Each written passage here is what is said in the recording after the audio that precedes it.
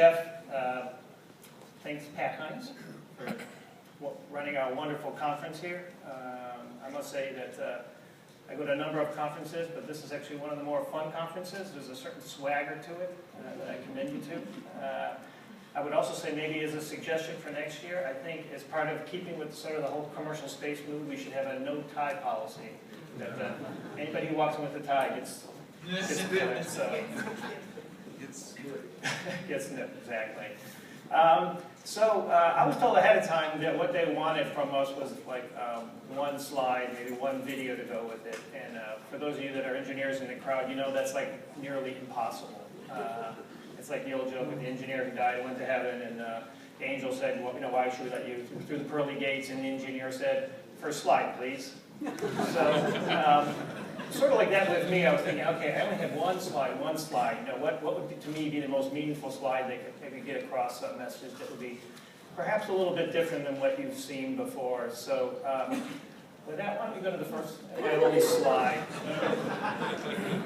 Okay, now, for those of you who don't know what the heck you're looking at there, I don't know how many baseball fans are out there, but of course the playoffs are going on right now, and the Boston Red Sox are playing the Detroit Tigers to get into the World Series. Boston lost the first game. They were about to lose the second game at home, and if they lost that one, pretty much statistics say they're gone. And they were losing 5-1, bottom of the 8th inning, bases loaded, 2 outs. Dave Ortiz comes to the plate, Big Papi, sort of their big hitter there. He's playing against a pitcher who hasn't given up any home runs against Papi in his entire career. And in the first pitch, he slams it over the fence for a home run. And this is the magical moment when the ball goes over the wall. And Torrey Hunter, the outfielder, goes slamming into it, and that's his legs you could see up. But the thing actually I found really interesting about this is when I was watching this at home with my wife, and somehow I just loved this picture. I stopped the TV and literally took a picture of it and sent it to my daughter who was out of time like myself in Boston. And I said, man, this sort of captures it in a golden moment to see that police officer with his arms up. Now here's a guy about to kill himself, slamming into the fence. And this guy's got his arms up yeah! Well, interesting enough, this picture had gone viral right afterwards. The next day, apparently over 24 media outlets showed up at, the guy's name is, Steve Horton, a Boston cop for 27 years. They showed up at his doorstep. Everyone just somehow got caught up with this picture. So the question I know you're asking is, okay, that's a great story. What does that got to do with what we're here? But to me, in a nutshell, this picture kind of captures why you're all here. And why we're doing what we're doing. We're that Boston cop. We are in an industry, and we are now in a sector, an emerging part of the industry, where we feel like that Boston cop. Growing up, I had a best friend. I see him all the time. He's an accountant. He's a great guy, very successful. He's going to retire well before me, with probably more in his pocket. But I know he doesn't have any moments when he's sitting there going, yeah, the tax returns look great. And we have all had that.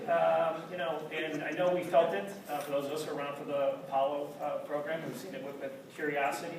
But we've seen it much more recently.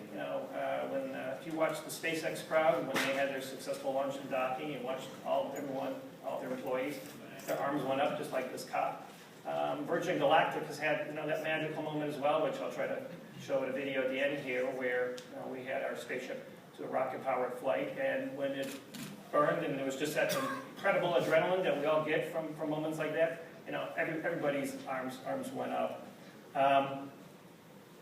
To me, this sort of captures what I think we're trying to do in commercial space. I think NASA is out there trying to extend space. The commercial industry is trying to open it up. And I think that's a fundamental difference, and that's what makes it really exciting. We have the word innovation used throughout a lot of the agenda for this conference, but I actually think innovation grows from enthusiasm and passion that we're currently seeing what's going out there. I know in my generation, which I'll call the Apollo generation, I think we thought this is what space was supposed to be. When we watched 2001 Space Odyssey, for those of you that remember that movie, if you haven't, it's a classic, you have to.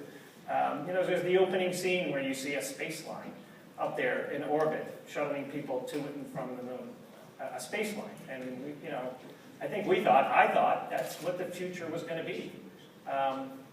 And right now, I think I'm living it. I think we're trying to make that future reality by Virgin Galactic, trying to open up a space line, and Bigelow giving us, destinations, and the other companies out there all trying to find different ways that we can expand upon it.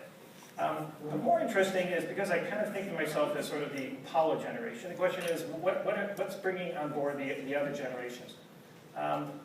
For one, I think if you look at engineers today, I think even from many of the panelists today, they'll probably speak to it, I'm sure there are people lining up at their doors for these projects that want to kind of come off some of the traditional government projects, and they're just dying to get on board some of these small entrepreneurial teams. I think a lot of innovation is starting to flow from those individuals who've had ideas over the years, but really haven't had an opportunity under the sort of traditional government oversight structure to bring that forward. Last week I was at MIT as part of an advisory committee, and went to go visit the aerospace department. And they had actually seen 2 years ago a pretty big dip in the number of students entering in the aerospace area. And I had asked why they thought that was the case, and they said it was primarily because this shuttle was going to stop flying, and there was sort of the sense of space is somehow coming to an end. But this year, actually, they've had their biggest sophomore class in many, many years. And I asked them why, and they said, in large part, it's because of the enthusiasm that they're seeing over commercial space.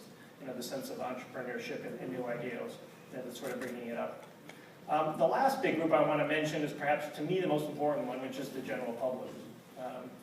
Apollo brought an entire generation of people, and of course, inspired many of us. The question is, what are we doing to bring along the next generation? And I think what we're trying to do at Virgin Galactic, in many ways, is trying to capture that. And I think we're seeing it. I think people are sort of wanting to live their dreams, see an opportunity to be part of it. I think ultimately our success as an industry will be defined not by the big government contracts we win, but by opening up the frontiers for those who have nothing to do with the government, are willing to pay their own dollars, and we put our risk to achieve that. The last comment I'll make about this picture is Torrey Hunter, the picture down, the guy whose legs are up. I'm sure Torrey thought he was going to catch the ball. And I think all of us today on this panel and others that spoke before us all think that we're going to catch the ball. But sometimes we don't know what's standing in front of us. And in this case, he's slammed into the fence. But to his credit, he banged the back of his head. In fact, he cut his back of his head. He stood right back up, put his baseball cap on it, and went back out in the field. I think that's really the biggest test that we have before us. Is we're going to have moments that some of us are going to be slamming into that fence. And the question is, how are we going to be able to get up? Will we be able to do it?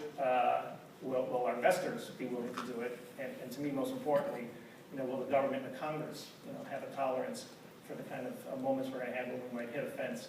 Will it give us a chance to get back up? To me, that's a really big test. And I think I will stop there. Thanks, Griff. Do you have a video to show? I did, but I think I will.